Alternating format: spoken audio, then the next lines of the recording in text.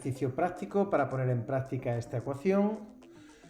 Un dioptrio convexo de 3 centímetros de radio separa dos medios de índice 1 y 1,5 y 8 centímetros a la izquierda del vértice situamos el objeto.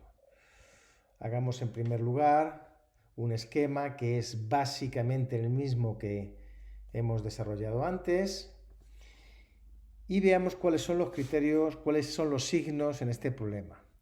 En primer lugar, el centro de curvatura se encuentra después de que los rayos atraviesen la superficie de separación, por tanto será positivo.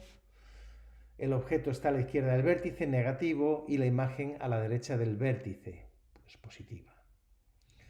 Si queremos calcular cuál es la posición de este punto P', de esta imagen, tendremos que utilizar la ecuación del dioptrio que acabamos de deducir e introducir los datos del problema. Operamos y encontramos que la imagen se forma exactamente a 36 centímetros del vértice. Una tercera parte de este problema, que se trata de repetir el problema pero con un dioptrio cóncavo en vez de convexo, vamos a hacerlo un poquito más despacio, en este caso, ya que este es el sistema que tenemos. Y ahora, a la hora de trazar los rayos, aparece una novedad. Y es, dibujamos el radio de curvatura con su normal y al dibujar los rayos, uno que va sobre el propio eje óptico y otro coincide en ese punto que hemos marcado, vemos que esos dos rayos no se van a cortar nunca, divergen. Lo que se cortarán serán sus prolongaciones. Continuamos el trazado de los rayos en sentido inverso, hacia atrás, y vemos que se cortan en un punto P', que es donde se forma la imagen a través de este dioptrio.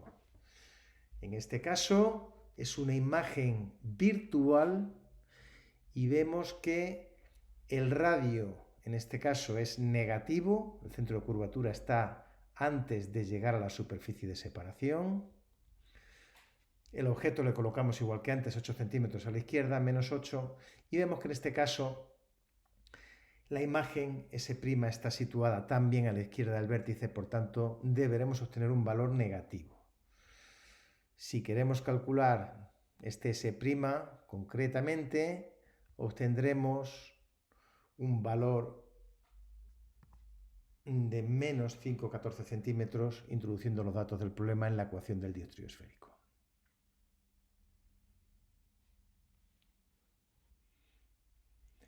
Y por último veamos un concepto muy importante de la óptica geométrica, el concepto de foco. ¿Cómo definimos un foco? Bueno, pues cuando los rayos llegan paralelos al eje óptico, convergen en un punto que es lo que denominamos foco-imagen. El foco-imagen generalmente se le da más importancia que al objeto, así que al foco-imagen se le llama sencillamente foco. Y la distancia en la que se encuentra del vértice es lo que denominamos distancia focal-imagen o focal de ese sistema. En este esquema podemos ver tres rayos que llegan al dioptrio paralelos al eje óptico y tras atravesar la superficie, aplicando las correspondientes leyes de Snell, convergen en un punto. Este es el concepto de foco-imagen. ¿Cómo se trata esto matemáticamente? Pues fijémonos que estos rayos que llegan paralelos al eje óptico suponen que el objeto se encuentra en el infinito. Así pues, en este problema tendríamos que S, la distancia focal-objeto, es menos infinito, y S', la distancia de la imagen, es lo que estamos llamando focal, F'. Si metemos estos datos en la ecuación del dioptrio esférico, vamos a obtener que la distancia focal-imagen, la focal de este dioptrio, es n' partido de la diferencia de índice de refracción y todo ello multiplicado por el radio de curvatura del dioptrio. De igual forma trabajaremos con la distancia focal-objeto. Podemos definir el foco-objeto como ese punto que los rayos que pasan por él y llegan al dioptrio emergen paralelos al eje óptico. La distancia al vértice es lo que denominamos distancia focal-objeto, F en este caso. En el esquema vemos esta definición de forma gráfica. Estos rayos que llegan al dioptrio desde el foco emergen paralelos al eje óptico. De nuevo, si tratamos esto de forma matemática, pensaremos que la imagen se va a formar en el infinito. Estos rayos que atraviesan la superficie son paralelos, se cortan en el infinito. Así pues, S' será infinito y la distancia objeto, S, es lo que hemos llamado focal objeto, F.